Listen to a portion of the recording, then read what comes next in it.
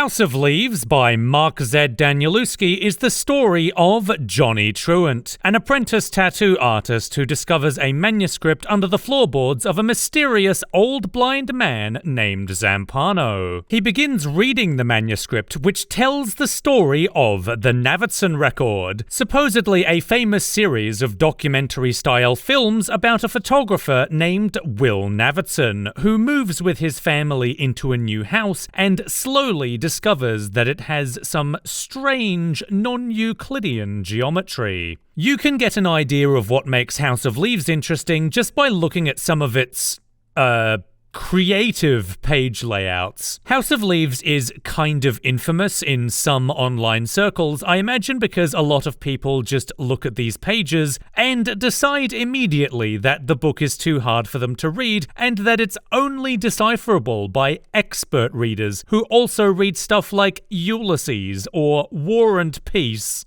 However, if you have read this novel, it's actually easier than you might have first thought, and also really fun. Like, the page layouts look intimidating at first. However, personally, I found traversing these pages an absolute blast, and they even made me laugh out loud a few times. Prime example: in Chapter 9, you really start having to go back and forth through the pages following the footnotes. There are footnotes everywhere in this book, and there's this footnote right here that references a K, but nowhere on the previous or next couple of pages is there a K anywhere that would send you here to read this. I spent a good minute just searching the adjacent pages for the sentence that referenced this footnote, but not finding it anywhere, I just decided to read the footnote anyway and then move on. 5 pages later, the book is describing the winding hallways and passages of the non-Euclidean house, and to help with the illustration, uses a Latin phrase, which the footnotes on this page translate as passages that wind, advance, and retreat in a bewildering, intricate manner. Pliny also wrote, when describing the Egyptian maze, sed crebis forbius inditus ad falandos occursus rendeundum quae in errores eos dem. Doors are let into the walls at frequent intervals to suggest deceptively the way ahead, and to force the visitor to go back upon the very same tracks that he has already followed in his wanderings. And there's the K, forcing me to go back upon the very same pages to read the footnote I had already read. I know this bit is referencing Pliny and translating Latin, so it appears like sophisticated and smart, but the actual joke itself is so dumb.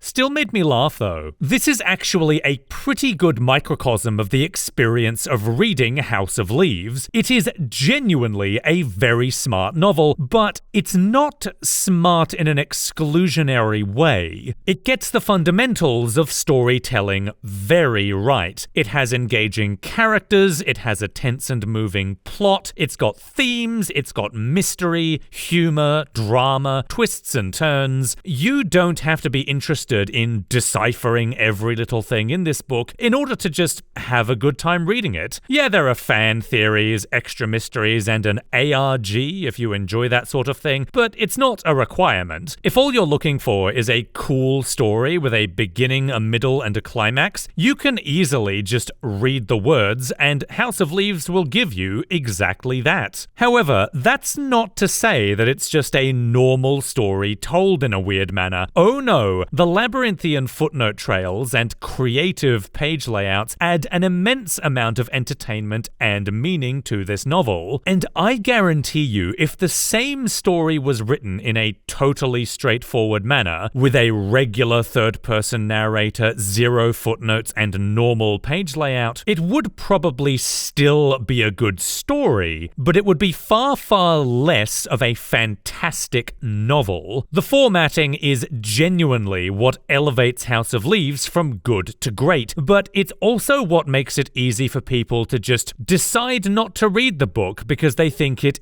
isn't for them. That's a real shame, because even just casually reading through the novel, you can understand the purpose of the labyrinthian page layout pretty easily. As an example, again in Chapter 9, the characters are trying to navigate a series of endless hallways that exist in an impossible space, and one of the characters decides to break a hole in the wall to see what happens. This is what the page looks like. You can see that footnote 144 is contained in this box, but the footnote keeps going on to the next page along with the box, and the words from the previous page are even shown mirrored on their backside. And this keeps going for several pages as the layouts get even weirder. You can see here footnote 167 is printed sideways, and there's 2 columns of more footnotes on the sides of the pages here, one of which is printed upside down. It looks complicated, but the basic idea is actually pretty simple. The novel is trying to evoke the idea of a non-Euclidean space by using a labyrinthian page layout. The characters feel lost in this confusing space, and simultaneously, the reader can also feel somewhat lost as they navigate the pages and try to figure out how they are going to traverse the scene. The box footnote that goes for several pages is itself metaphorical of the wall in the impossible hallway being busted through by one of the characters. You can see that pretty much every scene featuring the impossible space in this novel provide different variations of the labyrinthian page layout that act as a metaphor for what is happening in the space itself during each of these parts of the story. The story of Johnny Truant, the tattoo artist who studies the Navatson record, is told through a series of footnotes written by him in a different font. Johnny reads through the Zampano manuscript and annotates his thoughts as he writes. Occasionally, the annotations go on for several pages as Johnny takes the opportunity to basically use them as a way to keep a personal diary. His story is kind of Lovecraftian in a way. The mysteries of the manuscript left behind by the deceased Zampano take such a toll on his mental health that he gradually starts deteriorating the more time he gives to studying the manuscript. It's very evocative of the Lovecraft-style idea of a character who is driven mad and loses their grip on reality as a result of learning some forbidden knowledge. Or at least that's if we take Johnny's account of his own story as accurate, which we may want to consider not doing for several reasons which I won't spoil. I've spoken to friends about Johnny's story, and pretty much all of us agree that Johnny's sections are noticeably not as good as the sections covering the Navatson record. Now, I think they are mostly fine. However, easily the worst parts of this novel by far are Johnny's multiple and frequent sex scenes. They're not as bad as something written by Sebastian Faulks, but consequently, they're also not as funny as Faulks either. There's also a series of footnotes embedded in Johnny's footnotes that are all signed ED, which is an abbreviation of editor. It's made explicit early on that Johnny, or someone, handed off the manuscript plus all of Johnny's annotations to a publishing house, which then had its own editors pore over the manuscript and make their own annotations. This novel is several layers of meta-diegesis, which is just a pretentious way of saying that it's a story within another story within another story. More like Mark Z. Scheherazade, am I right? Quite a sizable chunk of this book is actually taken up by the 2 appendices at the back. The information in the appendices is used as the backbone for several fan theories that I'm not going to get into the weeds of, and I'm not going to spoil any of the information contained in the appendices here either, but the reason why I still want to mention them is because they introduce an interesting way in which readers can choose to read this novel. Here's how it works. In the back end of Chapter 5, there's an extensive footnote written by Johnny where he describes being overcome by this kind of hallucinogenic panic attack while at the tattoo parlor where he works. At the end of Johnny's footnote is an embedded footnote left by one of the editors of the publishing house, which reads, "Though Mr. Truant's asides may often seem impenetrable, they are not without rhyme or reason. The reader who wishes to interpret Mr. Truant on his or her own may disregard this note. Those, however, who feel they would profit from a better understanding of his past may wish to proceed ahead and read his father's obituary in Appendix 2D, as well as those letters written by his institutionalized mother in Appendix 2E. So I chose to read the appendices referenced right away. This is one of several times in the novel where a footnote references the appendices, and I, during my reading, followed the footnotes into the appendices as they were referenced. So I read the father's obituary and the mother's letters basically at the end of Chapter 5. However, while researching this novel online, I found out that quite a few people who've read this novel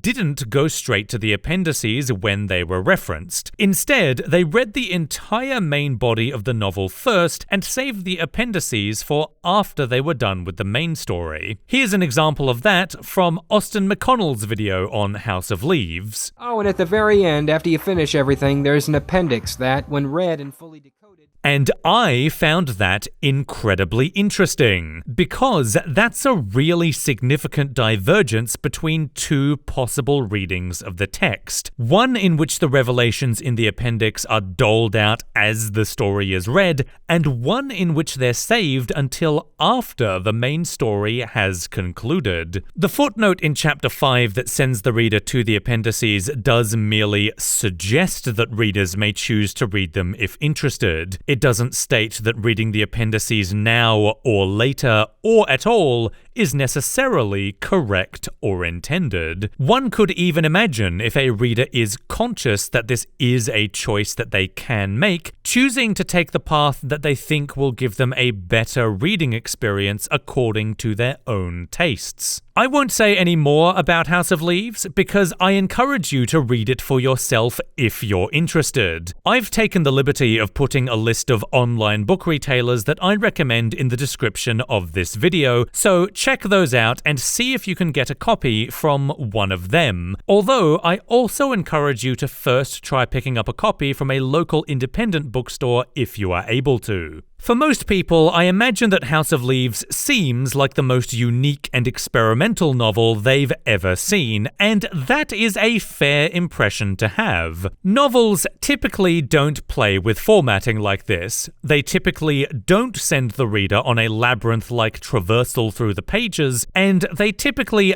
don't allow for diverging optional routes through the text. The overwhelming majority of novels are arranged with the intention for people to read the words and turn the pages in a clear, set order. So most people, even most avid readers, probably aren't that familiar with literature that breaks away from linear formatting. House of Leaves isn't unique in this aspect. In fact, its formatting techniques could be seen as a combination of the two novels Double or Nothing by Raymond Federman and Hopscotch by Julio Cortazar. You can see that Double or Nothing has a wilder layout than House of Leaves, as the text makes an even wider variety of shapes on the page. It's also more difficult to read, not actually because of the layout itself, but rather because the writing style is free associative, and a lot of what you can decipher out of this novel about the characters and the plot is going to be open to interpretation. Meanwhile, Hopscotch has an entire back half of the novel analogous to House of Leaves' appendices called the expendable chapters that offer an optional non-linear reading of the text through a labyrinth of chapter references. When you begin the novel, it explicitly tells you that you have two options for how to read it. One, simply reading the first 56 chapters linearly as they appear, and the second, following the reference trail, which takes you back and forth in between the story chapters and the expendable chapters. This basically functions as a way of adding extra material to the story, similar to House of Leaves' appendices. I want to stress that the point I'm trying to make is not that House of Leaves is derivative, or that House of Leaves isn't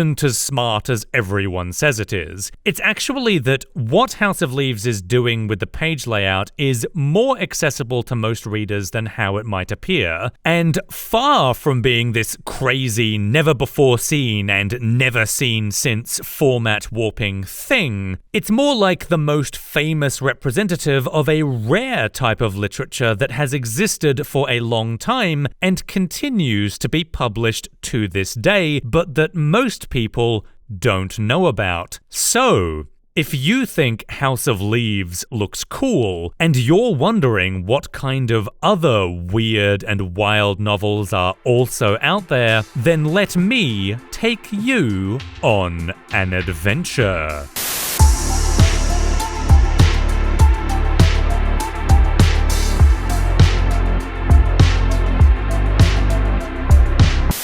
Ergodic literature was first coined by Espen J. Aarseth in 1997 in the book Cybertext, Perspectives on Ergodic Literature. Aarseth is a scholar of game studies, electronic literature, media studies, and literary theory. And in the 1990s, he was part of a small movement of writers and academics writing in the field of hypertext fiction. These artists and academics were interested in this idea of non-linear stories, and postulated that computers would be far superior in facilitating such non-linearity than printed paperbacks. It was known that paperbacks were very capable of providing non-linear story experiences. However, non-linear paperbacks were still somewhat of a rarity, and there wasn't a lot of standardized terminology for discussing this type of fiction at the time. It was in this context that Aarseth coined the term ergodic literature as a catch-all umbrella term that describes non-linear or otherwise interactive literature written in both paperback and electronic mediums. According to Aarseth,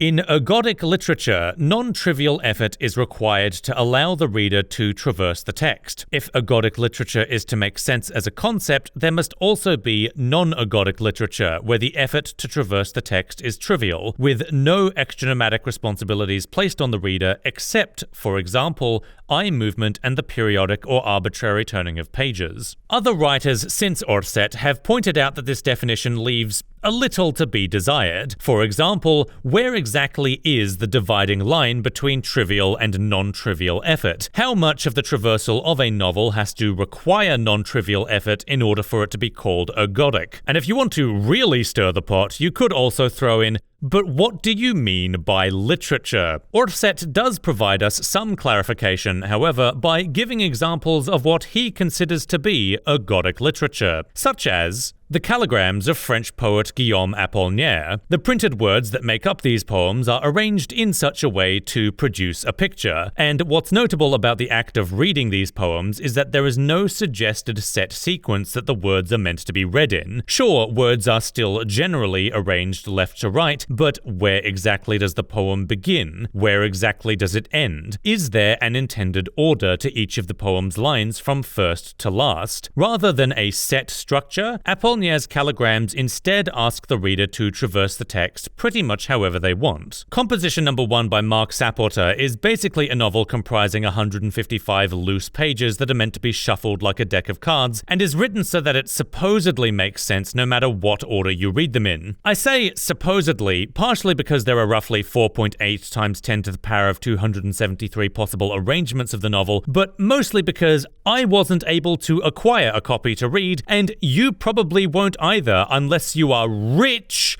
Oh my god! Pale Fire by Vladimir Nabokov, yes, the Lolita guy, is framed as a literary critic writing a close reading of a poem. The novel starts by presenting the reader with the 999-line poem to read in its entirety, and the rest of the story is presented as a series of commentaries about the poem written by the novel's protagonist. The key feature that makes it ergodic is that the commentaries are constantly referencing back to the poem, so the reader has the option to periodically turn back to the beginning of the novel in order to reread the poem many times in order to understand the context of each line as the commentary progresses. There's a play by Ayn Rand that has 2 endings and asks the audience to vote for one or the other that Aarseth uses as an example, but I'm not tracking down an Ayn Rand play for this, so instead, Milo and the Magical Stones is a children's book with 2 endings. Halfway through the novel, the pages literally split into 2 different storylines that the reader can flip through separately. The novel doesn't present either of these endings as the true or canon ending, but rather gives them both to the reader with an equal amount of prominence to let the reader read them in either order and make of them whatever they wish. So if we're going with Aarseth's definition, there appear to be 2 key features of literature that make it ergodic. One, non-linearity. A book in which all the pages are in a set order from first to last and all the printed words on the page are also in a set order from left to right, top to bottom, is considered linear. So for a literary text to be non-linear, the reader must either be required to traverse back and forth through the pages in an arrangement other than first to last, or to read the printed words on the page in something other than a left to right, top to bottom arrangement, or whatever arrangement is considered standard for the language the text is written in. This would be the non-trivial extra-nomadic effort required to traverse the text that Aarseth was talking about. 2. Reader choice. In linear novels, the intended method for the reader to navigate words, pages, and scenes is obvious. Any deviation by the reader from the order of words, pages, and scenes as presented by a linear novel goes against the intended way that the novel is meant to be traversed. Therefore, in ergodic literature, there is some opportunity for the reader to make a choice about how they are going to traverse the text. This doesn't necessarily mean that there isn't a singular intended way for the reader to traverse the text. However, the text must be presented in such a way that an intended method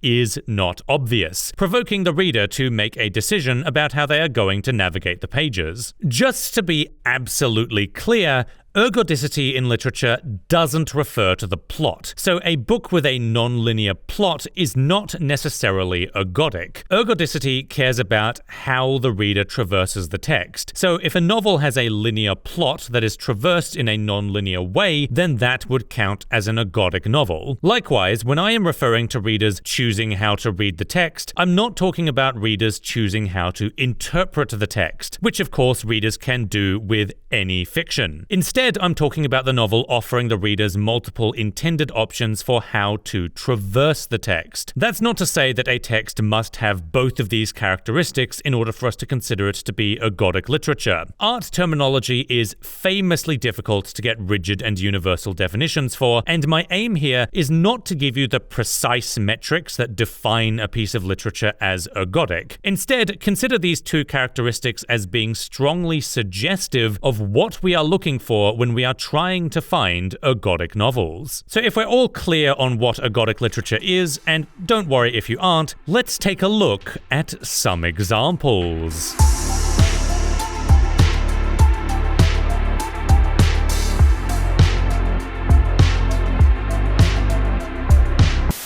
S is a novel credited to Doug Dorst and J.J. Abrams. Yes, that J.J. Abrams. What are stories but mystery boxes? As far as I can tell, Doug Dorst had more of a hand in the actual writing of the novel, while Abrams is credited mostly with coming up with the premise. Although Abrams still gets top billing on the cover, I presume because he's way more famous than Dorst. Such is the media business. S is the story of 2 university students named Jennifer and Eric, who communicate to each other through annotating the pages of a different novel called Ship of Theseus by the mysterious fictional author V.M. Straka. That might sound confusing, so let me just show you. This is the outside cover, which you will want to hold onto. Inside this cover, you can see that this book is titled Ship of Theseus and it's authored by V.M. Straka. This author, Straka, is not real. They are a fictional character invented by Dorst and Abrams. If we look inside, we can see that there are normal printed words as well as a bunch of annotations that look like they were scrawled with pen. The idea behind this is that the 2 protagonists, Jennifer and Eric, are both studying the same copy of the novel Ship of Theseus and leave each other annotations in the margins. However, instead of just writing out Jennifer and Eric's story with a third-person narrator, the conceit of S is that you, the audience, are reading through the actual copy of Ship of Theseus that both Jennifer and Eric were reading and annotating, including the extra documents they shared with each other while researching inserted in between the pages, which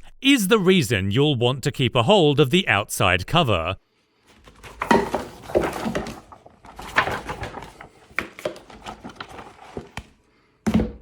Something that may make S a challenging read is that there are 3 stories in this novel, none of which are happening in parallel. The first story in S is the story told by the novel Ship of Theseus. A man only known as S wakes up in a dank port town with amnesia, and while he tries to get the lay of the land, he's kidnapped and imprisoned on a derelict ship with no captain. He ends up escaping that ship and arriving marooned in another port town that is thick in the middle of a labor strike. The cruel industrialist Voivoda is cracking down on worker protests, and S finds himself whisked through a series of adventures fighting Voivoda's agents, and always somehow managing to find himself back on the mysterious captainless ship that takes him to wherever he needs to be in order to fight Voivoda. Ship of Theseus is its own self-contained narrative, so if you're so inclined, it is actually possible to just ignore all the annotations and read Ship of Theseus as its own story. The second story of S is that of the enigmatic author V.M. Straka, who wrote many acclaimed novels, of which Ship of Theseus is his last. Straka's identity is a total mystery, but he was, in fact, a political activist who was accused of bombings, assassinations, kidnappings, and espionage, along with a merry band of fellow activists and writers in various countries known collectively as, wouldn't you know it, the S. Straka is either a member of the group who was especially skilled at not being traced, the pseudonym of one of the other known members of the group, or a shared identity that multiple members of the group used when publishing politically charged novels. This story is told partially through the annotations and inserts Eric and Jen leave for each other as they research him, but also partially through the footnotes that the novel's translator, F.X. Caldera, wrote into the actual print of the novel. Caldera claims to be a close associate of Straka, and will occasionally interrupt Ship of Theseus to give possible facts about Straka that may be important to understanding the novel and its author. Eric is initially perplexed that Caldera would deface Straka's work by including footnotes and chapter titles, especially since evidence seems to contradict a significant portion of Caldera's claims. However, Jen figures out that the footnotes actually contain secret messages left for someone, perhaps Straka himself, to decode. Uncovering who this Straka person was, what he did, what ended up happening to him, and what the whole deal with the S was, are some of the many mysteries that you will find reading this novel. What are mystery stories but boxes? The third story in S is the story of Jennifer and Eric as they race to uncover the mysteries surrounding Straka and his novels before Eric's former graduate professor can steal his work, find the answers himself, and cash in on being the person who solved the Straka mystery. As Eric and Jen pass notes back and forth, they also share details about their lives to each other, and their friendship becomes the emotional core of the novel. You might think that passing a single copy of a book back and forth, adding a bunch of annotations with each pass, is a,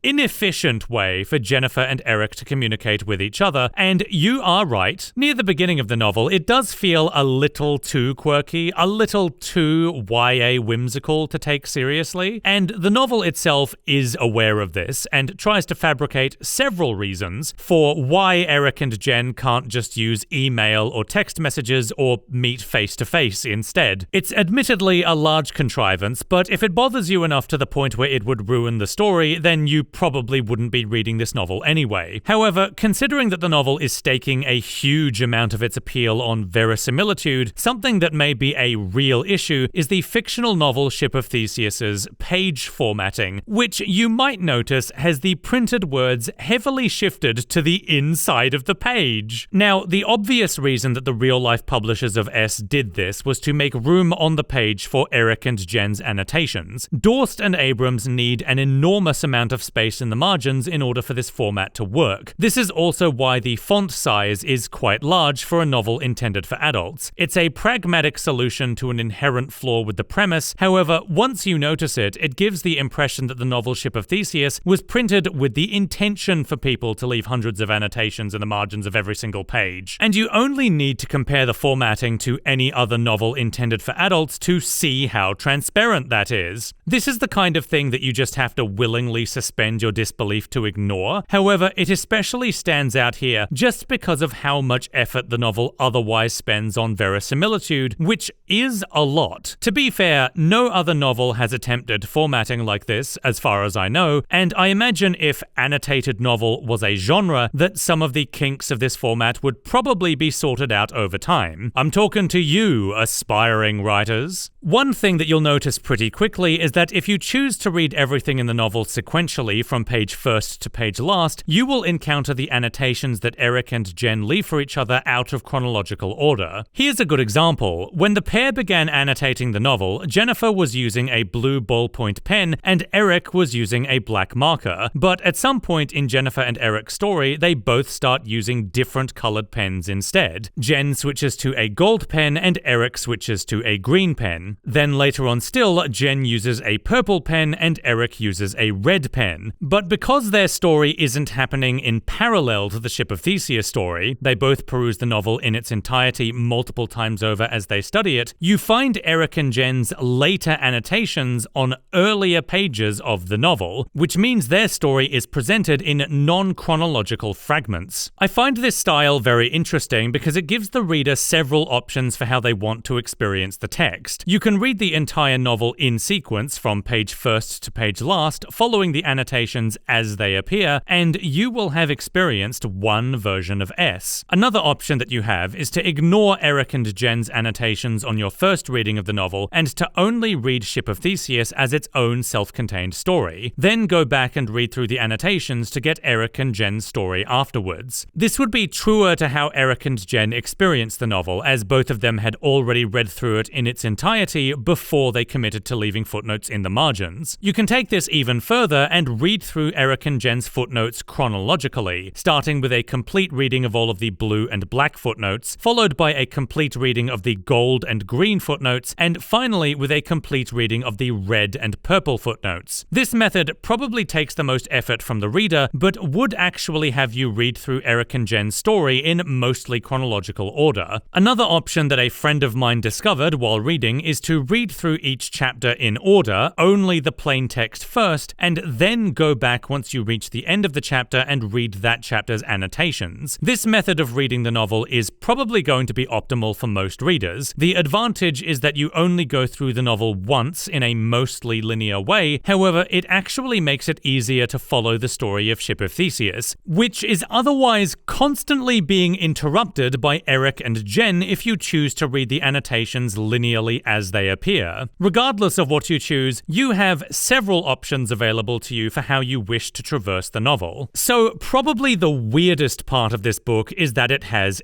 inserts. Open up the pages of Ship of Theseus and you'll find that Jennifer and Eric leave each other some extra documents, notes, newsletters, postcards, research pages, and even what the novel calls an Ayotvos wheel that can actually be used to solve an optional cipher in this book. If this looks intimidating, don't worry, it's not complicated. Most of the inserts functionally act as extra pages. As a non-spoiler example, in the translator's note and foreword, Caldera makes reference to the few public statements made by Straka, and Jennifer highlights this and asks Eric if he has a copy of any of Straka's public statements. In response, Eric leaves her a note that says, "Attached, my favorite letter to Gran ripping film adaptation of Santana March." Santana March is another of Straka's novels. Inserted into that page is a photocopy of a translated letter supposedly sent from Straka to a Mr. Gran. This Gran character made a film adaptation of one of Straka's novels, Santana March, that Straka himself was incredibly dissatisfied with. Gran then went on to claim in an interview that Straka was lurking around shooting locations as the film was being made. He says because Straka wanted to enjoy a moment in the glamorous world of film, which is a bit of an embarrassing description. So Straka wrote a letter to Gran expressing that the film was a monumentally poor adaptation that completely missed the point of the novel and reprimanding Gran for spreading lies lies about him to the press. The postscript of the letter reads, "Please burn this letter once you have read it. Surely you understand that neither of our interests would be served if it were to become public." But, of course, since Eric has a copy, Gran evidently leaked the letter to the public out of spite, and it became one of the few verifiable public statements Straka issued. Jennifer reads the photocopy of this letter and leaves an annotation that says, "Hilarious. Makes me feel bad for Gran, though." I personally loved these inserts. It's a very clever way of including extra documents in an epistolary novel, especially one in which the characters are investigating a mystery. It felt like I was being given a chance to read through the relevant information myself, rather than it simply being done by the characters and then told to me through narration. Being able to actually manipulate the inserts with my hands, I found also counted for a lot, and the same verisimilitude simply isn't achieved by printing the extra documents on the page, like you see in many other epistolary novels. My only disappointment was that most of Eric and Jen's off-screen research isn't accompanied by an insert, and I was always disappointed when it wasn't. In my opinion, these inserts are such a good idea, and the novel should have had more of them. I would very much love to see more novels experiment with stuff like this. Similar to House of Leaves, the story in S is fine, not as good as House of Leaves, but it's the way the story is told that makes the novel incredibly interesting. I love it, although, how do I put this? I'll just say, if you've ever found J.J. Abrams' storytelling style frustrating in the past, then set your expectations accordingly. What are mystery stories but mystery stories, and what are boxes but boxes? Personally, I think S is overall a pretty good novel that is incredibly fun to read. If you want to give this novel a shot, I would seriously recommend picking up a physical copy if you're able to, although ebook versions are also available. Again, the online retailers that I recommend are in the description.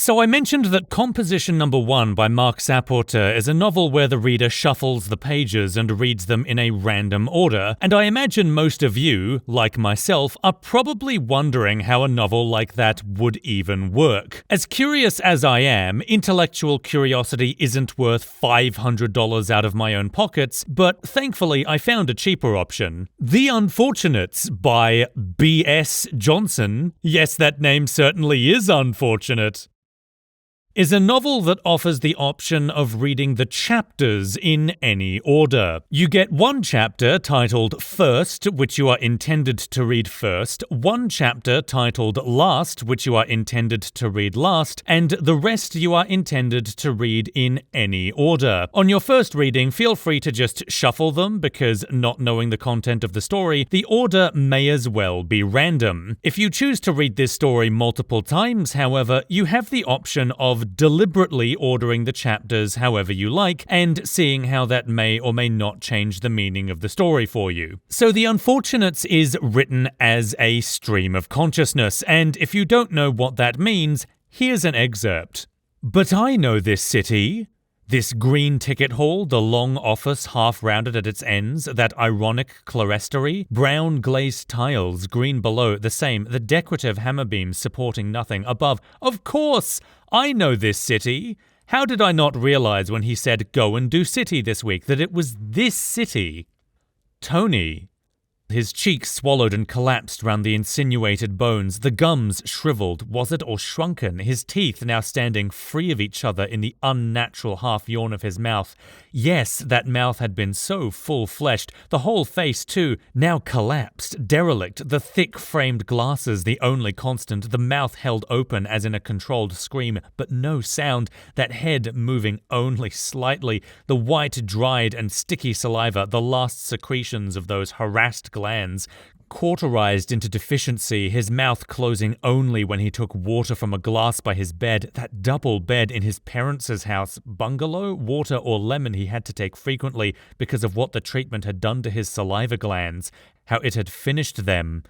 him. So this style is intended to represent the protagonist's train of thought. It's largely inspired by modernist writers who popularized the technique like Virginia Woolf or James Joyce, and is supposed to evoke the chaos and free association of raw, unrefined thought. You can think of it as you, the reader, viewing the story from inside the mind's eye of the protagonist, rather than being externally told the story by the protagonist. If this is your first encounter with stream of consciousness as a literary technique, then I sympathize. It does take some getting used to, but the story is still very decipherable through the style. B.S. Johnson is probably one of the more accessible examples of stream of consciousness writing that I've personally encountered. This opening paragraph describes the protagonist arriving at a city he recognizes, and upon realizing it's the city he spent his youth in, his mind is cast back to the memory of a friend who died of cancer. The image of Tony withering away in his bed from the toll that both the cancer and the treatment had on his body is the first thing that appears in our unnamed protagonist's mind when he re-enters this oh-so-familiar city for the first time in many years. What follows is 25 randomly ordered chapters, most of which detail a memory that resurfaces in the protagonist's mind as he remembers his old friend Tony. The random order of the chapters is itself evocative of the often random, chaotic, and free associative nature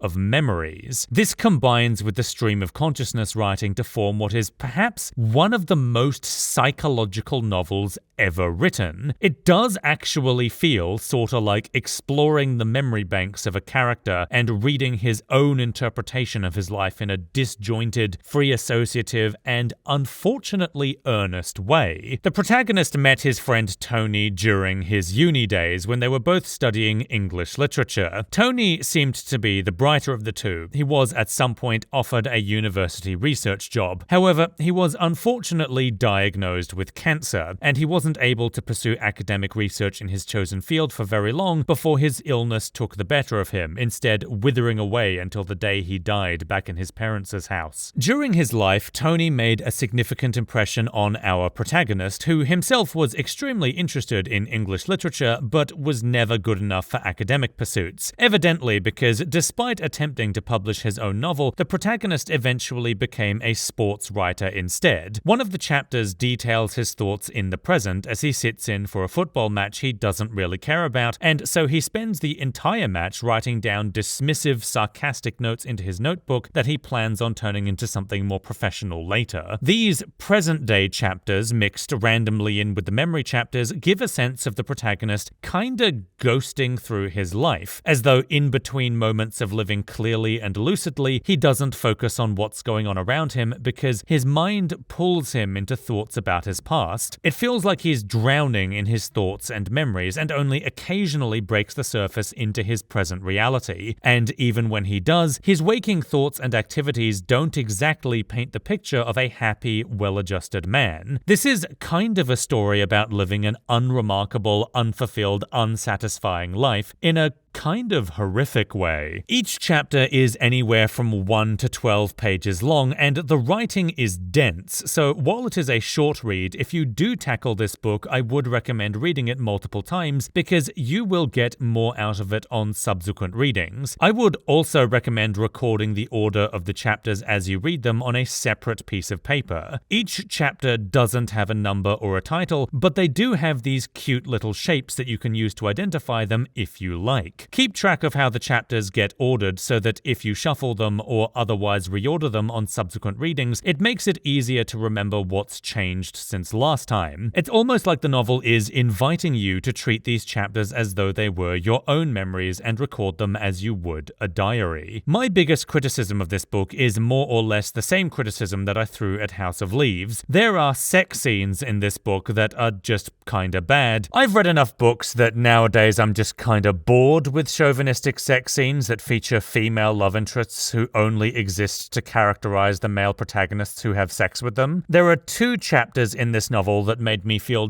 deeply uncomfortable with how the protagonist described his love interests. And even knowing that he's kinda intentionally characterized as being unempathetic and chauvinistic towards the women, it still felt extremely gratuitous to me. So if you do decide to still purchase this novel, but don't like the idea of reading a sad old straight guy wax poetic about women he's had sex with for no reason, what I would recommend doing is, before shuffling the chapters, take the one with these weird inset circles and this one with the sun symbol, and just throw them out. If you do choose to commit to reading this, you will find an emotionally complex tale chiefly about how we organize the stories of our lives, but also how we deal with loss, change, grief, and forgetting, as well as many other things. Overall, I think it's pretty good, but that being said, this novel isn't really one that I would recommend to most readers. It's a very demanding piece of literature, it's not suitable for casual reading, and the actual story is quite mundane, existing mainly as a vector that carries the novel's ideas rather than being something that can be enjoyed purely for the pleasure of reading it. It's absolutely worth reading and studying if you're interested in the randomized chapters and how they work, and my hope is that some aspiring writer out there will take the idea and make something incredibly cool out of it. Online book retailers that I recommend are,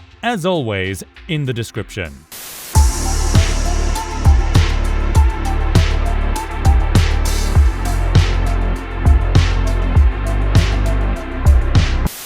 Zachary Thomas Dodson is the co-founder of Featherproof, a publisher specializing in unusual novels. Believe me, if I wanted to, I could absolutely pad out this video with novels that have come out of his publishing house. Universe in miniature. Each story in the book is represented by a planet, and then the cover you can cut out and construct a mobile of the universe of the book, from the book. Scorch Atlas by Blake Butler. You could order a pre-destroyed copy, which is something that we took and destroyed ourselves in all sorts of ways. I don't normally advocate, that's the author himself actually destroying one of his books. Normally don't advocate treating books that way, but this was very fun. We had a contest where you could destroy your own copy of Scorch Atlas, and whoever destroyed it the best, then they won the prize, which was a replacement copy.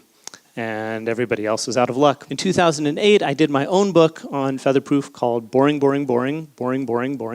It's a kind of an art school satire of the book. So with this book, I designed it as a series of posters. So there's kind of what the posters looked like, and those were in an art show. And then the book reviews came back, and they said things like this. I mean, I think that one's implied in the title. It's maybe true. I suppose it's true of lots of things. This is a positive review. So what I kind of learned from this experience was that I was not very good at writing. Bats of the Republic, an illuminated novel by Zachary Thomas Dodson, is a time-spanning sci-fi and historical fiction adventure that tells 2 stories, one taking place in the past and the other taking place in the future. In the year 2143, the environment has collapsed, and the remnants of human civilization that are still left are hyper-authoritarian surveillance states where everyone is watched as much as possible and everything is recorded permanently. The rationale behind the surveillance system was originally to preserve human history following the collapse, and whether or not that was ever true, now it's a form of societal control. Everyone's lives are organized into strict life phases where they must court, marry, and have children within specific age ranges or else be imprisoned in a city-state designated as the place for single people and the queers. No, I'm not kidding. The rationale behind the life phase system was originally to help humans repopulate following the collapse, and whether or not that was ever true, you get the idea. Zeke Thomas is the grandson of a powerful senator who has recently passed away and is expected to step into the role that his grandfather left behind. However, while searching through his grandfather's possessions, Zeke discovers a sealed letter that apparently predates the archiving system of this dystopian surveillance-based society, and he realizes that it's quite possibly one of the few remaining secrets in the world. Initially, he plans on turning the letter in, phone. However, before he even has a chance to, a police major shows up at his door looking for it, and he resolves to try and keep the letter secret for no other reason than simple defiance. It turns out the letter was originally written and sealed in 1843, and Zeke's great-great-great-great-great-great-grandfather, Zadok Thomas, was the courier who attempted to deliver the letter. Zadok was a poor naturalist who studied animals, and his story begins with him sending a letter of his own to a wealthy museum curator to ask for his daughter's hand in marriage. The curator is reluctant to grant Zadok his daughter's hand, however, promises to do so on the condition that Zadok undertakes a secret assignment for him. He must deliver a sensitive letter of extreme political importance to a General Edwin Irian in the Republic of Texas, which, if you don't know your American history, revolted and broke away from Mexico in 1836 and was an independent state for about 10 years until it was annexed by the United States of America in 1846, leading directly into the Mexican-American War, so the setting is extremely politically volatile, as you can imagine. Zadok sets off on his mission to deliver the letter, with explicit instructions that it isn't to be opened by anyone except General Irian. Zadok's sketchbook, as well as his letters to his love back home, are the vector by which his story is told. So you get a bunch of sketches of animals, hand-drawn maps, and star charts that he uses to navigate his way. While he adventures, his beloved back home, Aarseth, is dealing with her father's pressure to just hurry up and marry a man of good breeding already, as well as preparing for her younger sister's debut into courtship, or whatever those weird debutante traditions used to be, as she waits for Zadok's return. Evidently, the letter didn't reach its intended recipient because it's still sealed 300 years later. So, what was in this letter? Does it actually change anything? And if Zadok didn't deliver it, then how did he come to be Zeke's ancestor? If you would like to know, you can find the letter close to the back of the book inside an envelope with "Do Not Open" written on it. If you own the book, then there's nothing stopping you from opening it at any time, but you shouldn't.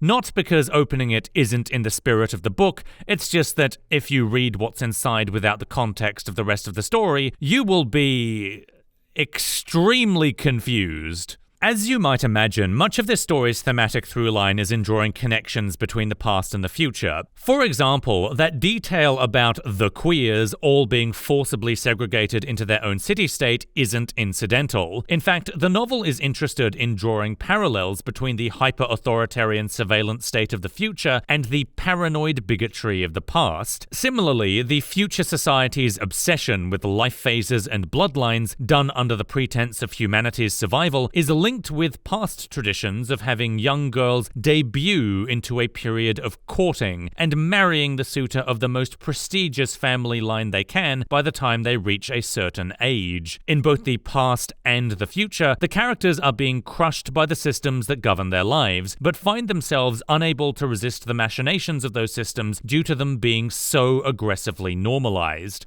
There are a ton of connections the novel makes between the past and future stories that you'll pick up on even if you aren't specifically looking for them, and some of them do get very silly. Somehow, the drug of the future that the characters frequently get high on is laudanum, apparently enjoying a massive resurgence in popularity after 300 years. Now, don't expect this novel to have a profound take on systemic injustice and the normalization of bigotry and surveillance. Probably my biggest criticism of this novel is how it handled its themes, which by the end I'm actually not entirely clear on what it was trying to say. This novel has a lot of really good thematic ideas in it that I wanted to see it do something incredibly cool with, and the majority of the story is fun. However, the fact that its themes are so muddled and unclear is frustrating if, like me, you're interested in what this novel has to say, which didn't seem to be that much in the end. It's also just weird that Zachary Thomas Dodson wrote a novel which stars two protagonists named Zeke, Thomas and Zachary Thomas, and that the Thomas bloodline is like one of the most prestigious bloodlines in this dystopian future city-state. Just a little bit weird where the author wrote a sci-fi novel where his own bloodline is one of the most prestigious bloodlines in the future.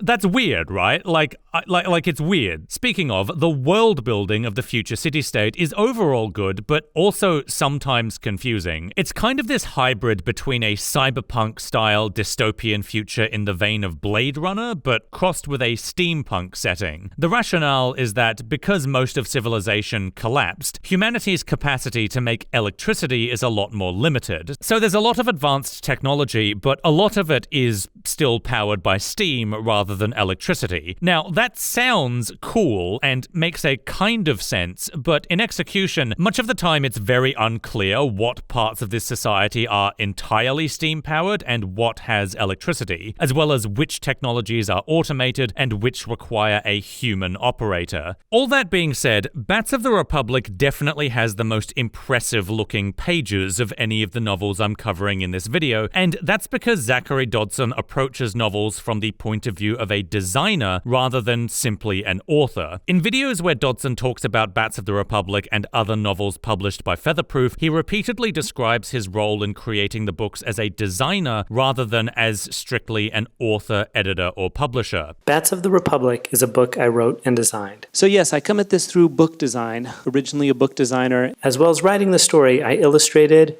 and designed every piece of the book. I think of myself as a designer first, I suppose. I'm much more interested in being an author, but I think it's a lot harder, at least for me. So no part is left undesigned. I really appreciated Dodson's commitment to, as he puts it, leaving no aspect of the novel undesigned. Even totally innocuous stuff like the publication data and the special thanks has that extra effort put in to stylize it, which adds to the novel's overall appeal. Bats of the Republic is probably the best presented full-length original novel I've ever read, and that in and of itself is a huge point in the novel's favor, in my opinion. Simply decorating the novel in this varied and consistently high-quality way does add a lot to the experience of reading it, regardless of any other high-minded artistic reason that critics like me prattle on about to seem smart. You know, I can say verisimilitude as many times as I like, but at the end of the day, pretty pages are fun to read. I honestly wish more novels did stuff like this, and I'm very glad that Dodson was able to be left totally unrestrained in his vision for how the inside of the novel should look. I do have some criticisms with the presentation, however, and probably the biggest one is the consistency of when the novel makes old cursive writing legible. The first letters featured in the novel show the old document written in old-timey cursive on the left-hand side page and a plain text version on the right-hand side page that's easier to read. I quite like this because it means the authentic document is shown to the reader. However, if they find the cursive too difficult or annoying to read, then they have the option of reading the plain text instead. However, after the first few letters, this ceases to be an option, and the reader is only shown the plain text version of all the letters. This is the same for Zadok's sketches of fauna, which come with overlays that show a plain text version of notes that aren't actually anywhere else on the page, despite there being a lot of negative space where Zadok could have written those notes. However, occasionally you still get notes written in cursive on the sketch pages that aren't shown in plain text, which means if you find reading cursive difficult, there's no easier options available for you. Worse still, there are 2 instances of pages that feature plain text boxes and notes written in cursive that say different things, which means if you assumed the plain text was saying the same thing as the cursive and so skipped reading the cursive for that reason, then you unintentionally skipped a paragraph. This presentational flaw frustrates me because I actually think this style has a huge amount of potential for ergodicity. First of all, letting the reader decide whether to read cursive or plain text versions of documents is itself a choice that the novel can give to the reader, but also I think that including some discrepancies between the plain text and the cursive is fine if you frame the plain text as the surveillance state's archiving system annotating the old documents, which is what is is implied by the novel anyway. If you frame it that way, then you can intentionally include discrepancies between the cursive and plain text to show what the surveillance state misses in the fine details of the old documents, as well as reward attentive readers who realize that there may be such discrepancies and think to look for them. The novel already has an example similar to what I'm suggesting on page 280, where the plain text says, "Scorpion, large black, poisonous, I would wager. Scorpio is now 1 short month from ascending the throne of the zodiac, and I see his great pincers come across the horizon every eventide when I attempt to find my way by the stars. He is a water sign. I cannot now make a map, but I feel I can at least find my way as long as the stars hold. Thinking to endure what is before me, I must continue to ask myself, what is a moment in the face of time?" And the cursive says, "Orion flies when this ankle biter rises in the dust. This evil seemed almost welcome to me tonight, and I admit I gave thought to extracting his poison and tasting it myself. That now seems preferable to the bitterness I must be content with and the realities I must face, both in my current predicament and the hopelessness unfolding in Chicago. Would that I were a bug. I would hunt down my prey and delight in stinging it or rending it with my claws." I love this because by itself it fabulously represents the conflicting feelings of Zadok at this part of the story, both cautiously determined and resolved to face his trials ahead, as well as wallowing in despair and resentment knowing what is befalling him at this stage of the story. But you can also interpret it as the surveillance state either missing or not thinking it important enough to annotate Zadok's darker thoughts into plain text, which characterizes the state as either incompetent or not as concerned with objective truth as it purports to be, probably both. This is the kind of interpretative characterization and world building that I love in stories, and while Bats of the Republic does do this frequently, as I got further into the novel, I felt as though there was a lot of untapped potential in this format. Again, aspiring writers, I'm very obviously dropping you some hints. The very last criticism I have is my pettiest, but I still think it warrants a mention. I think the temptation to open the letter would have been stronger had it been inserted into the beginning of the novel rather than the end. It already has "do not open" written on it, and a crucial plot point of the story is that both Zeke and Zadok choose to leave it closed for differing reasons. So I think the reader would understand that the envelope is to remain sealed even if you put it close to the beginning of the novel, but the reader's temptation to open it early would have been stronger in that case, which I think better sells that aspect of the novel's themes. It's not a huge deal, but maybe it gets some gears turning in the minds of aspiring writers. Bats of the Republic is overall a really fun read. It has an extremely vivid presentation, and the story is fine, not great, but it's got themes and it's entertaining. I recommend this to basically anyone who enjoys either science fiction or historical fiction, and if you're someone who enjoys both, then you should definitely seek this book out. Once again, the online retailers that I recommend are in the description.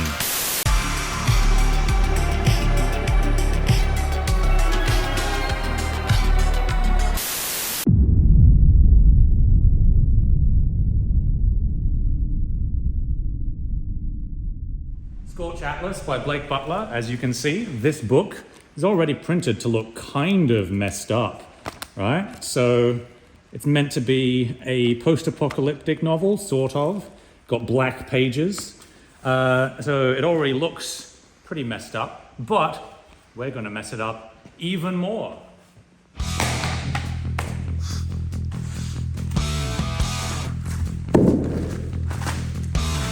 Oh yeah, that looks very threatening. I'll bet it does. Oh, that went right through. That went right through. Look at that. Dude.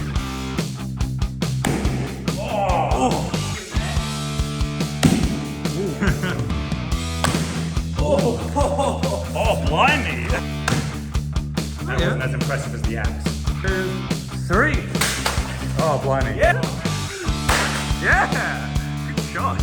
Normally don't advocate treating books that way, but this was very fun. Whoa!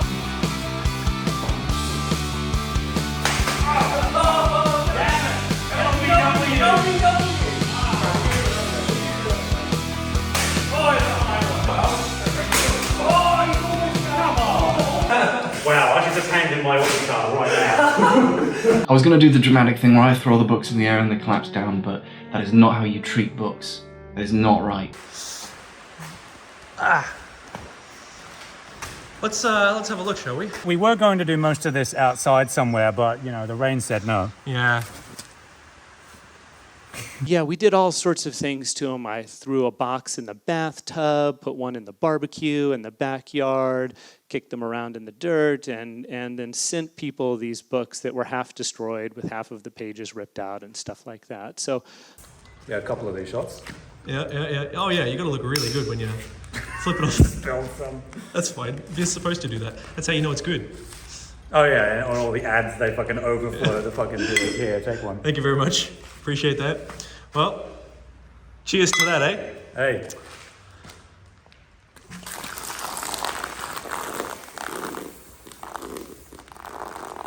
Oh, blimey, that's probably the best use of 2 Asahis I've ever seen.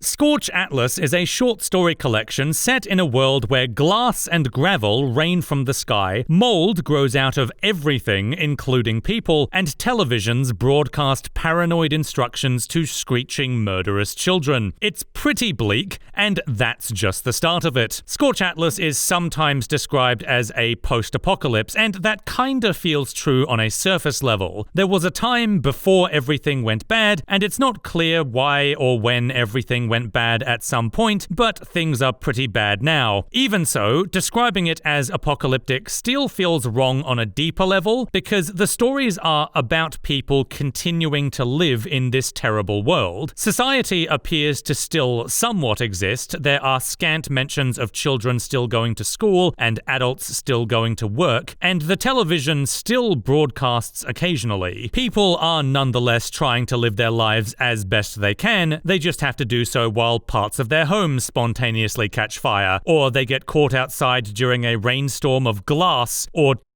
teeth. Teeth just rain from the sky in this book for no reason. Even as the world of Scorch Atlas isn't technically an apocalypse, describing it as a dystopia feels like underselling just how bleak this setting actually is. The book describes a world where the air is constantly thick and hard to breathe. Trees are stripped of leaves, the ground is treacherous, split open, sharp, muddy, slippery, and covered in insects feeding on the carcasses of animals and people. And simply existing is literally painful. Almost everyone has some kind or other of disease that disfigures them, if not morphing their features, then causing them to shed hair or skin, as well as develop cysts, scabs, bruises, and the like all over their bodies. There's always some kind of absurd body horror in these stories. If there's a recurring antagonist of the book, then it's the sky, which never looks like a normal sky is supposed to, adopting surreal pink, red, and purple tones. And rain being made of water is the exception rather than the rule. In addition to raining gravel, glass, and teeth, the sky also drops bits of flesh, manure, ink, blood, cockroaches, glitter, TV static, and light? I'm not sure how those last 2 work, but that's a thing in this world apparently. The cover and pages of Scorch Atlas are designed to look like a textbook that was printed and distributed in this horrible, bizarre world. So, as it's printed, the book contains a lot of visual embellishments to make it look worn and weathered by a harsh environment. However, if you, the reader, are so inclined, you can also do your part to make it look more like a book that was printed and distributed in the horrible, bizarre world it describes by pulverizing the fuck out of it. I have a bunch of gardening tools and Bryce just brought a bunch of nerd shit. What do you want from me? All right, yep, nerd hours, we're doing it. Get that book. Oh, teach it a lesson. Destroying the novel definitely counts as extra-dramatic effort, but does it count as traversing the text? Leave a comment with your answer and I won't care. Probably the least disturbing story in this collection is called Seabed. It features a man and a little girl walking across America while the sun is constantly overhead, refusing to move further across the sky for no reason that the story gives. They make their way across a charred and ruined landscape, along the way being stalked and goaded by a gigantic flock of birds that speak gibberish, to where they believe the ocean is, only to discover that the ocean, the entire ocean, has completely dried up. Again, the story does not explain this. They wander out into where the ocean used to be and discover a house. Like a normal American family home, not ruined somehow, and it even has a television playing cartoons on the inside. The only thing odd about this house, other than the fact that it seems very out of place considering where they find it, is that the chimney stretches into the sky so high that the man and girl can't see the top. Yes, the novel doesn't explain this either, but I'm pretty sure this defies explanation. After sleeping a very perturbed sleep in the house, the man wakes up to find that it's raining actual water for once, and believe me, at that point in the book, it was actually shocking that it was raining water and not pomegranates or something equally stupid. But the rain is coming down so heavy that he literally cannot see out the windows for how thick it's coming down. The implication is that the rains are refilling the ocean and thereby sinking the house as well as the man and the girl inside it underneath a torrent of flooding water. And then on that note, the story ends. Probably the biggest clue as to what's actually going on is that nobody questions any of the clearly impossible things that are happening around them. Nobody even seems to be under the impression that any of it is even the least bit extraordinary. This book's narration style describes the impossible events with this strange, detached acceptance, and the decisions that characters make in the face of bizarre happenings also don't seem to have any reasoning behind them. The man and the girl are surprised to discover that the ocean has vanished, but seemingly only because they expected it to be there. Rather than wonder why or how it's possible or come up with a plan for what to do next, they just keep walking, and then they discover the house and they just walk inside, look around, start eating and watching cartoons on the television. No questions as to how the house could possibly be there. No wondering how it has electricity or food that hasn't rotted away. This was the story in the collection that made me realize what this book actually is. This is a collection of nightmares. Literally nightmares. The kind of vivid, awful, absurd nightmares that I occasionally have, where there's something deeply wrong with the world and all the people in it, including me, and none of it makes any sense, but I believe it while it's happening, and things just get worse and worse and worse and worse, and I feel worse and worse and worse until I wake up, and then I realize none of it made any sense. Of course teeth don't rain from the sky. Of course it's impossible for the ocean to dry up. But I'll be damned if I didn't totally believe it while I was having the nightmare. I realized that it was all a dream is the quintessential bad fan theory, but in my opinion, interpreting the stories of Scorch Atlas as nightmares doesn't undermine what the book is trying to do, like with most it was all a dream fan theories. In many ways, while the stories are horrible to read, given how the book revels in descriptions of awful, gross, painful tragedies, it's not wall-to-wall disgust for the sake of being edgy, and there are some extremes that the novel doesn't venture into. I will spare you descriptions of the bleakest material in this book, but it does get extremely vile. Scorch Atlas's stories will be difficult to stomach for most readers. Some of them seem like they're actively challenging you to put the book down with how uncomfortable they can make you feel. It gets extremely morbid, and the novel isn't interested in providing you any relief, reprieve, or even justification. I say this with all seriousness. Do not attempt to tackle this novel unless you are confident you'll be able to stomach it. Many people who have tried have expressed severe distaste for how harsh the contents are, and the fact that there is no in-text justification for any of it, or even really a message that makes it all seem worth reading through. This book has been called gratuitous, it's been called misery porn, it's been given a pretty thorough critical beating by the people who have read it, and it's also been literally literally given a thorough beating by me with a cricket bat. I'm not going to criticize it for being gratuitous misery porn though, because my actual nightmares are also gratuitous misery porn with no narrative justification, and I hate them. And I will say one thing about this book. Pulverizing the shit out of it is a way more cathartic resolution to a nightmare than any of the actual nightmares I've had during my life. Oh yeah. You show that book what's for, you're the king. Incidentally, destroying the novel means that a lot of the pages become totally illegible, either because they get torn, covered in shit, or are just straight up missing. The way that I interpret this is that a second reading of this book after it's been totally fucking destroyed is kind of like how after you wake up from a vivid nightmare, you can only remember loose details of it, while most of it ends up totally forgotten, erased from your memory, even as you still remember what it felt like to experience it the first time. Let's do some origami, shall we? Oh yeah, origami. By the way, Blake Butler and Zachary Thomas Dodson, consider this my late entry into the Destroy the Book competition. Don't bother sending me the replacement copy. Here you go. Oh, thanks very much. So start by folding your paper. Start by folding your paper in half along one line, and then we're also going to fold it in half the other way. Then you want to fold each side of it halfway into the center line. Then we fold it down, and now we fold this bit around the back. Now on that crease that we just made, we fold it around the back. Yeah, it should be even. It's not, but I think that has. You don't say. I think that has more to do with the paper I'm working with than anything else.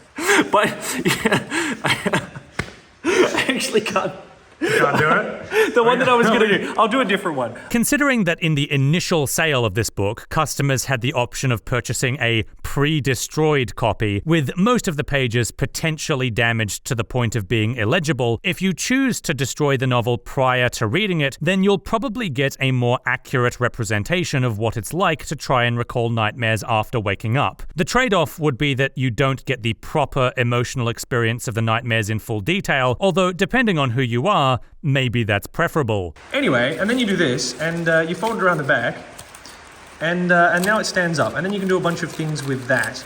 That's a basic standing thing, and you can turn that into a seat, or a piano, or a house, or whatever you want to do with that. Just use the power of imagination. Well, you know, I would do more folding, but this just appeared in front of me. I'm not going to use the chainsaw. Okay. Experiencing this book is pure entropy. Everything about it, from the vile world it describes, to the nasty characters, to the bizarre and awful stories, to the act of destroying the novel, carries the smell of sulfur. It reminds me, as all forgotten nightmares do, that everything is temporary, and that death is both inevitable and terrifying. But, like waking up after a nightmare, it also reminds me that our time spent awake is valuable, and that we should absolutely care about our world and each other, even knowing that none of it will last forever. I love this book. It's horrible. Don't read it.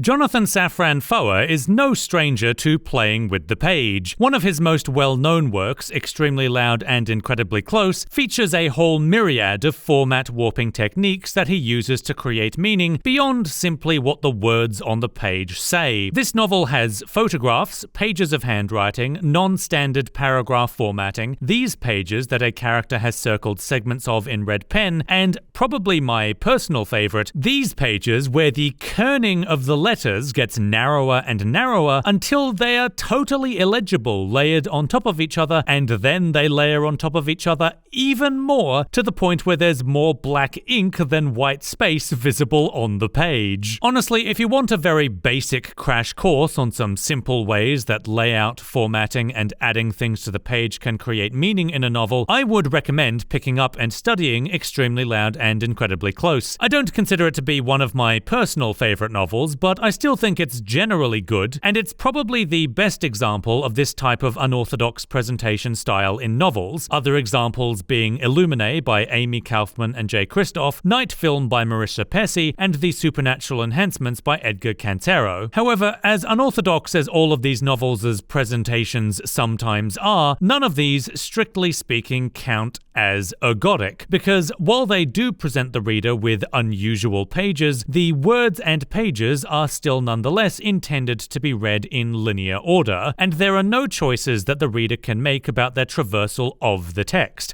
At least, not intentionally. Some of you might be thinking that if these novels don't count as ergodic literature, then what about Bats of the Republic? Wasn't that novel mostly linear and just had lots of decorated pages? Well, in my defense, Bats of the Republic does have multiple opportunities for the reader to interact with the novel extragrammatically, but yes, the dividing line between ergodic and non-ergodic is very vague, perhaps intentionally so. You and I may disagree about whether specific novels count as ergodic or non-ergodic, and that's fine. I'm honestly not that interested in semantics, and just because a novel doesn't strictly count as ergodic doesn't mean it can't be a good source of inspiration for writing ergodic novels. So, Tree of Codes is what Safran Foer calls a die-cut book by erasure. Basically, he took the short story collection The Street of Crocodiles by Bruno Schulz and removed most of the words in order to create a new story out of them. And when I say removed most of the words, I mean the pages look like this. Safran Foer presents us with a novel that has literally had the majority of its words cut out, and the text exists in these floating tabs in the gaps left behind. The resulting novel is actually more of a short story at only around 3,000 words total, and mostly tells the sparse tale of an unnamed narrator's father's mental deterioration, possibly as a result of the narrator's mother being abusive and consuming. There's more to it than that, however, going into detail is challenging because the writing style, I suppose, leans heavily into abstraction and is more concerned with evoking a mood and emotion or an idea than it is with constructing a coherent narrative grounded in a clear setting. The form that the novel takes creates its meaning. While you are intended to read the words on the pages in order, the empty space of the book is itself evocative of the feeling of something missing, and pieces of what's still there are always visible through the gaps. One possible interpretation of this form is made clearer in the author's afterword at the back of the book, in which Safran Foer explains, when the Germans seized Drohobych in 1941, Schulz, a Jew, distributed his artwork and papers, which are said to have included the manuscript for a novel, Messiah, to genteel friends for safekeeping. These comprised the great bulk of his artistic output, and not a single item of them has been seen since. All that we have of his fiction are two slim short story collections, The Street of Crocodiles and Sanatorium Under the Sign of the Hourglass. On the basis of these, Schulz is considered one of the most important artists of the 20th century. Their long shadow, the work lost to history, is, in many ways, the story of the century. Bruno Schulz did not survive World War II. He was shot in the head by a Nazi officer in cold blood. So in addition to the tragic loss of this man's life, most of his writings were also lost, and he was obviously never able to continue writing after the war. Therefore, Tree of Codes could almost be called a monument to the loss of an artist. We can feel the gaps that the loss of the man and his artwork left in the world, and through the gaps we can only glimpse the things that still remain. In the book, the words that were left behind by the die, and in reality, the two short story collections that survived the war. The form that Tree of Codes takes, even down to the selection of the book that it was die cut from, tells a powerful message. It's not simply that Schulz himself was perhaps a literary genius whose murder erases what would have potentially been a full and amazing life that produced full and amazing art, but that the lost potential in every tragedy, whether it results in a death or not, could be seen as always leaving behind a gap of what could have been. The die-cut form of Tree of Codes evokes this message as beautifully, if not potentially better, than a story written out in plain text addressing the same theme. And in many ways, it's more useful to think of Tree of Codes as poetry, or even a novel as a sculpture, rather than as strictly prose.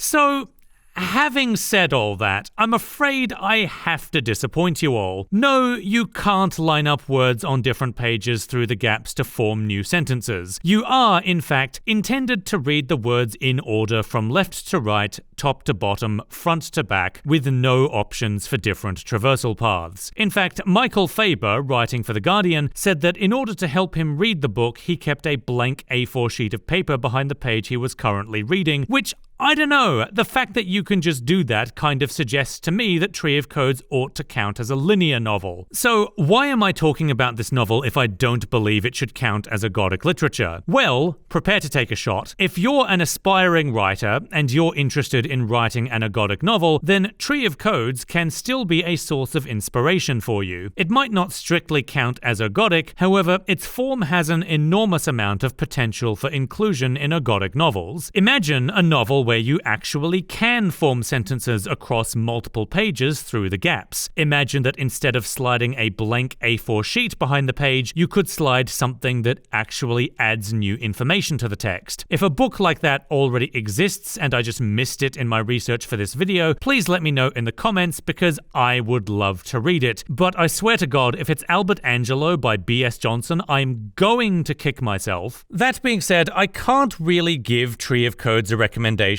partly because I don't think actually reading the words on the pages is going to give you much more appreciation for what the novel has to say than what I've described here, but mostly because at the time of writing this video, it's quite pricey to acquire. The novel had a relatively limited print run, and it's not exactly the kind of book that publishers are scrambling to reprint in a hurry. So most of the copies that you can find online are secondhand and start at around $70 and only get more expensive from there. Whatever you do, don't buy the one currently listed on Amazon for around $400 US. You can find cheaper options on Audiobooks. If you want to pick up Tree of Codes for yourself, or more realistically, if you want to pick up a copy of Extremely Loud and Incredibly Close instead, or possibly even Illuminate, Night Film, or the Supernatural enhancements, or maybe even The Street of Crocodiles by Bruno Schulz, then you know where to find the online retailers that I recommend.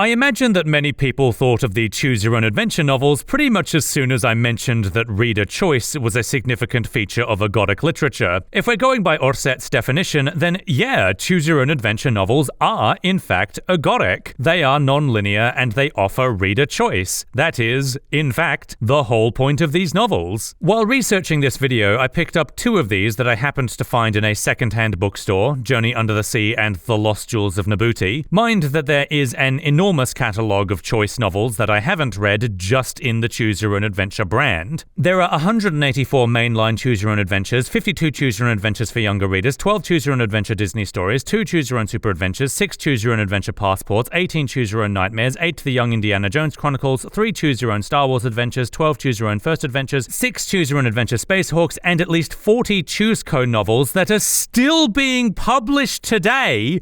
What? There were actually quite a few brands back in the day that were all looking to get in on the choice novel action. I remember when I was younger reading from a Doctor Who choice novel series called Find Your Fate. However, the only choice book from my childhood that I actually still own is from a series called Dragonology Pocket Adventures. I absolutely loved these when I was a bastard 10-year-old boy because there was only one good ending in these novels and the rest of the endings were all cheap deaths that made me laugh my bastard 10-year-old old arse off. This particular book, The Iceland Worm, has the funniest one, by the way. The protagonist gets covered in dragon shit and dies from the smell. There's honestly not a lot that I can say about these novels. In terms of them being ergodic literature, what makes them ergodic is pretty straightforward and easy to understand. The reader flips through the pages in a non-linear order and is frequently prompted to make choices that have them traverse the pages in different ways. These novels are intended for children, so I don't think an analysis of story or theme is terribly necessary. From what I've read of Journey Under the Sea and The Lost Jewels of Nabuti, I straight up don't recommend these to adult readers. If you're an adult who's reading these out of curiosity and you're anything like me, then you will most likely find the novels quite plain, both in terms of story and writing, especially since there are a lot of logical gaps in the story that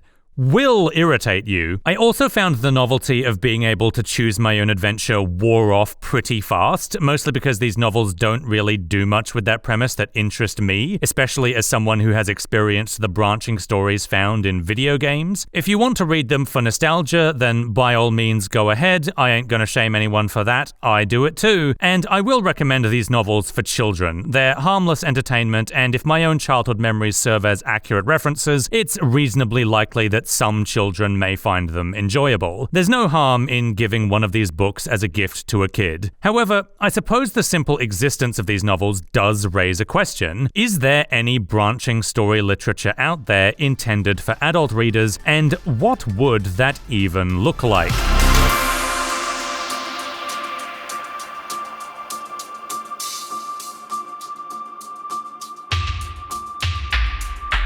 I've wanted to talk about this website for a long time. Choice of Games is an absolute glut of branching narrative fiction that covers a huge smattering of genres and styles. I discovered their first interactive fiction, Choice of the Dragon, way back in 2010, and since then I've intermittently returned to their website over the years to play any of their interactive stories that catch my interest. Choice of Games is one small example of what's called interactive fiction. Basically, choose-your-own-adventure style novels, but digital. I'm definitely not going to be able to do justice to the entire interactive literature genre in this video. However, if you're interested in it, then Choice of Games is a pretty great entry point into this enormous space. Their stories juggle robust characters, settings, plots, and themes that appeal to adults. The writing is accessible enough to be easily understood by casual readers while not being so simplistic as to frustrate or bore experienced readers, and as a huge bonus, they're very LGBT inclusive. You'll find some variant of this sentence in the blurbs of pretty much all of their more recent stories. Play as male, female, or non-binary, gay, straight, bisexual, pansexual, asexual, and/or aromantic. Not to be a monumental pedant, because I also agree that we need better LGBT representation in mainstream media, but if you're someone who complains that you just can't find any good LGBT fiction out there, you honestly haven't looked hard enough. So the basic premise of a Choice of Games story is the reader takes on the role of the story's protagonist, which usually comes with an introductory chapter where the reader can determine things like the protagonist's name, gender, personality, background, and any other aspects of their character that are relevant to the narrative. The writing style does differ from story to story because most of them are not only in different genres, but are written by different authors. However, speaking generally, a Choice of Games narrative is typically episodic, with many small self-contained vignettes happening one after the other, although there are also overarching plots in and between chapters as well. The scope of the vignettes varies wildly and rapidly. Some are simply world-building and sculpting the character of your protagonist, while others can have significant consequences for the narrative and take you on wild tangents, or branch the story completely. The chapters are usually relatively self-contained, with references to the reader's choices in prior chapters kept relatively minor and simple. This means that while the large overarching story stays roughly similar, the smaller narratives contained in each chapter can be quite different depending on the reader's choices. But it's not a huge burden on the author to connect each ending of a previous chapter to the beginning of the next. Choice of Games is openly inspired by choose-your-own-adventure novels, and the ergodicity of these stories is functionally similar to those. However,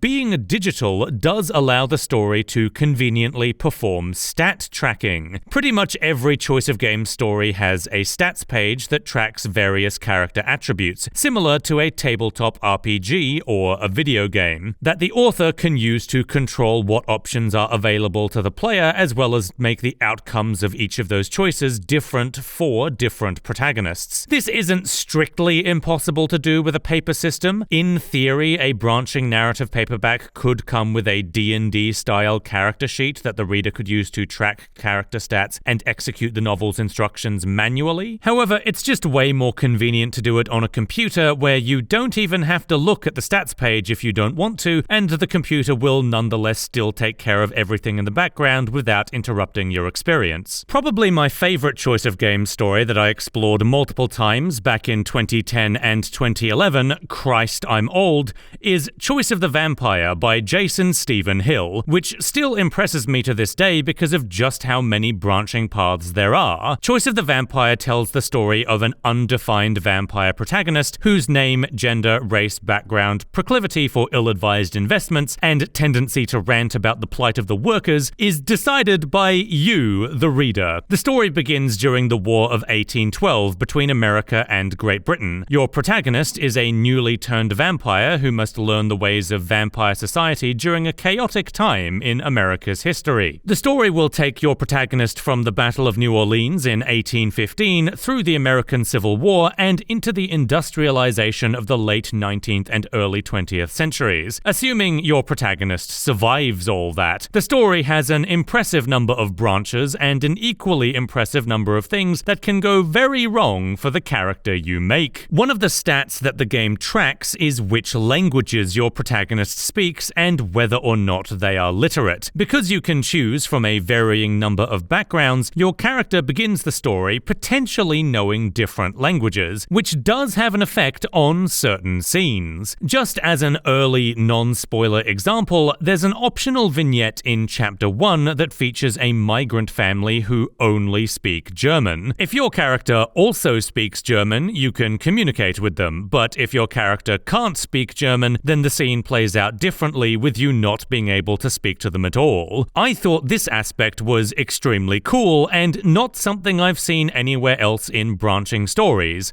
So, naturally, I decided to make a character who didn't speak English and refused to learn it for as long as the game would let me, just to see what happens. What I expected to happen was the narrative fudging my character to just simply being able to communicate, especially during important scenes, and there certainly is some of that. It's heavily implied that communicating with other vampires isn't really a problem because they're all centuries old and they move around a lot, so they have the need and the time to learn multiple languages. That way, even if your character only speaks French, like mine did, important scenes with the major vampire characters generally go off without a hitch. And that's fair enough. I didn't expect the entire story to be completely different just for this one aspect. However, there are still many scenes that certainly do not account for the protagonist not speaking English, and sometimes a non-vampire character would show up, communicate with my character flawlessly, and I'd think to myself,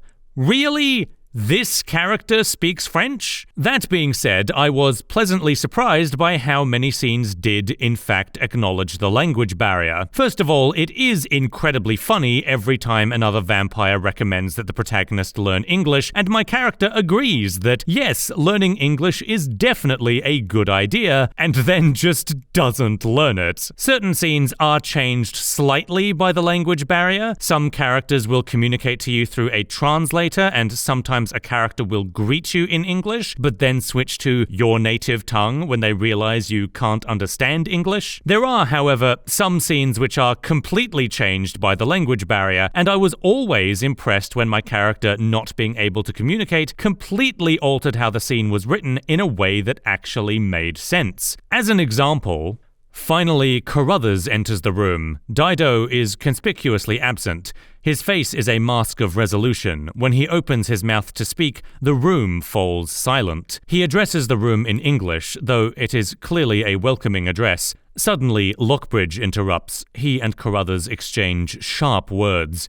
In the end, Carruthers seems to tell all the guests to leave. Whether the hall or the city, you're unsure, but one would surely lead to the other. Before he leaves, the man from the Carolinas makes a final verbal jab, leaving Carruthers steaming in his absence. Quickly, the rest of the guests depart. Observing this, Carruthers addresses the room in English. You infer that it is some sort of farewell as he exits the room at its conclusion. Though the guests are too polite to speak their frustration, you can feel waves of anger undulating through the room. You have to wonder how long Carruthers will be able to hold onto his castership after this. You wish you could have better understood what transpired this evening. Language is just one example of some of the cool and unique ways that the story changes based on player input that I haven't seen done or even attempted in other branching narratives. Other things that the game tracks are your character's gender and race. Your protagonist will be treated very differently on the basis of those, as well as their wealth, political leanings, and history with recurring characters. I was actually pleasantly surprised when one of my protagonist's failed romantic encounters got brought up 2 whole volumes later, while they and another character were speaking solemnly about what it means to be a vampire. Choice of the Vampire's approach to political themes is also quite involved. It's probably not as impressive as something like Disco Elysium, but the story does reckon with topics like slavery, racism, the segregation and treatment of immigrants, workers' rights, women's suffrage, and rapid industrialization. It recognizes that the setting of 19th century urban America is not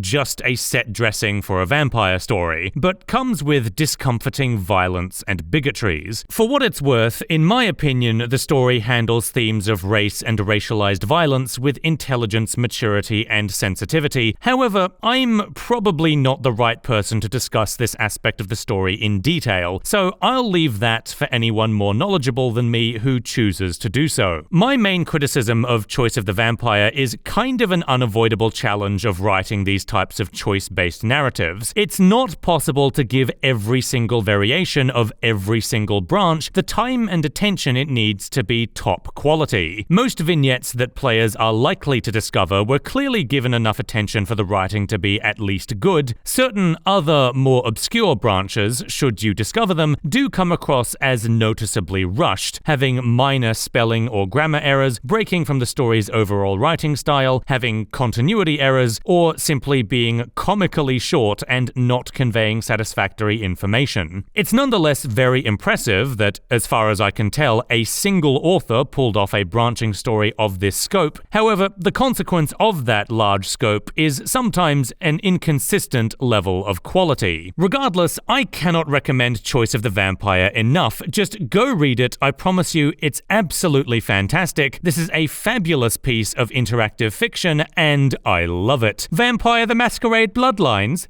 Never heard of it. Choice of Games as a company is also incredibly cool in that they actually released their programming language that they call ChoiceScript for free and provide instructions for how to use it to help you write your own stories. You can also submit any stories you write to their website, and if they think it's good, they'll host it for other people to discover. According to their blog, they are still hosting new user-written stories today, so if any aspiring writers watching have any ideas for branching narratives that they want to try out, maybe give Choice of Games' website a look and see if you can learn ChoiceScript and make your own interactive fiction. And if ChoiceScript isn't your style, there are plenty of other open source programs for writing interactive fiction out there if you look for them. The most popular of which is, of course, Twine, which I highly recommend. Interactive fiction is a space that's completely open to aspiring writers, and I cannot recommend trying it out enough. For everyone else, I've linked to the company's website in the description, so give this ginormous list of interactive stories a peruse and see if there's anything that catches your eye. Graciously, you can try out a trial version of all of these stories for free to see if they interest you before committing to a purchase. Although,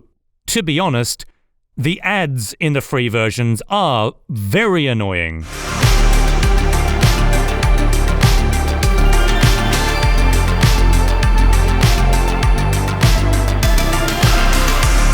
AI Dungeon is a machine learning text-based adventure generator that writes a story on the spot based on prompts given to it by the user. And in case you're wondering, yes, this counts as ergodic literature. The technology is still being developed, and it's kinda, well, you know. Right, so I'm just going to see what this AI is capable of real quick. Let's just go quick start. I have a feeling that this engine is probably optimized for fantasy, considering the name, so let's go with that. Select a character. Let's go knight. Enter your character's name. I mean, I don't care too much, so let's just go Surrington. You are Sir Surrington, a knight living in the kingdom of Larian. You have a steel longsword and a wooden shield. You are on a quest to defeat the evil dragon of Larian. As you enter the forest, you see an old man. He looks at you and says, "I see you're looking for the dragon. Take a look behind you. You might want to run away. I'm warning you." This is kind of bereft of context. It feels a bit pre-baked, but it's just starting out, so let's not be too harsh, and I'm gonna try and give it something that I think it can handle. Draw my sword and turn around. You draw your sword and turn around. Before you stands a 15-foot winged dragon with a long forked tongue. He is breathing fire on you, and he is... Wow, okay. He's melting my face off. I guess Sir Surrington is just going to be a knight with a melted face from now on, I guess. I mean, the AI hasn't told me that this restricts me in any way, so I might as well just continue, I guess. You dodge behind a nearby rock for cover. You have a very bad feeling about this. The dragon... What am I supposed to do with this? Maybe if I just pretend that the AI isn't saying what it's actually saying, it'll just forget that I'm a puddle of water. Stab the dragon with my sword. You stab the dragon with your sword. He spits water on you. You stab him in the eye. Nice try, he says. I'm the real... Was it ever established that he wasn't a real dragon? Either I feel like I'm missing some context for this, or the AI is just ad-libbing and doesn't actually know what it's doing. Let's just play into it. What? I say, you can't be the real dragon. I'm the real dragon. Yeah, I can, he says. You might have been born a peasant, but you've got the heart of a dragon. It's been in my family for 3 generations. I'm the real None of this makes any sense. You let out a shrieking battle cry and take a mighty swing at the dragon's neck with your sword.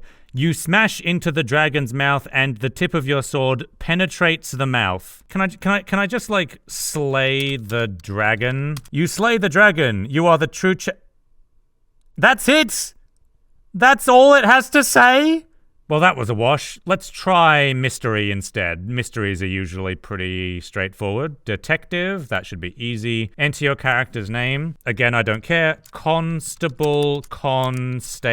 You are Constable Constable, a detective living in Chicago. You enter the forest where you believe the criminal you're searching for fled to. Suddenly, you see a red-headed man sneaking up on someone hiding behind a tree. The man is aiming a gun at the person and is about to fire. You run up on the man and tackle them. Cuff the man. The man you tackled is quickly identified as George the Red-Handed.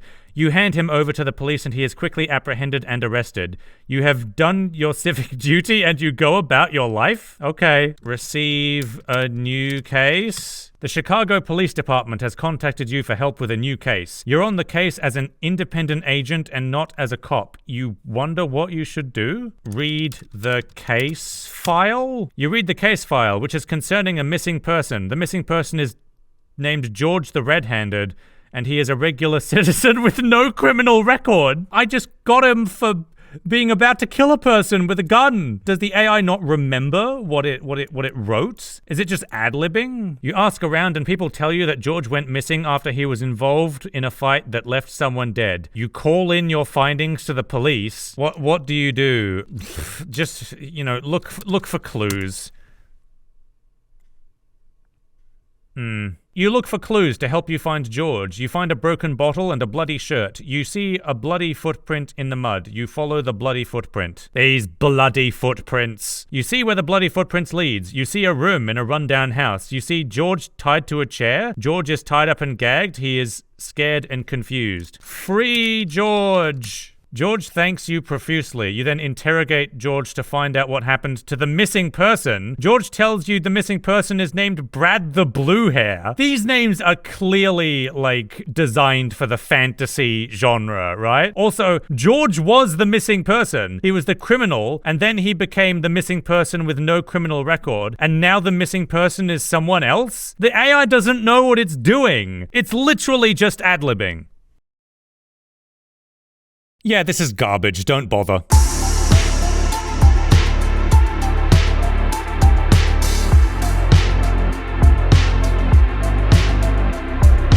I feel like I've been critical of every single book featured in this video, and part of that is definitely just that I'm a critic, but another part is also that one of my main goals with this video is to demystify these novels, to show you that they can be talked about like any other novel, and you don't have to prove that you've solved some esoteric, deeper meaning in order to enjoy or criticize them. At the end of the day, they're still just novels. They're written as art and entertainment, and ultimately what matters is whether you were able to get something out of them that you thought valuable. And that something can just be fun, fulfillment, or a generally enriching experience. So to round this out with something more positive, personally, I found reading stories for this video one of the most fun experiences I've ever had with this channel, and I want more people to read stories like this, not because they're flawless masterpieces, but because this type of book has an enormous amount of potential for both meaning and enjoyment, and I want to see more of them. That's my real motivation for making this video. I selfishly want more ergodic novels. I want more novels that die-cut the pages. I want novels with inserts, with funky diegetic frames, with illustrations, with branching story paths, with footnotes and references that send you all over the book. I want novels you can dismantle. I want novels that come loose in a box, and I want aspiring writers to exhaust every single possible thing you can physically do with a bound stack of paper with printed words on it, purely in the absolute, unfettered pursuit of art. I love this stuff, and I'm extremely excited for where it could go next. As for what's next for my channel, I'm probably going to take a break from big videos like this one. However, if there's enough interest in this topic, then it may warrant a revisit in the future. So if there are any ergodic novels that you know of that I didn't mention in this video, please let me know in the comments. I hope you enjoy some books, and I hope you enjoyed this video. Thank you very much for watching.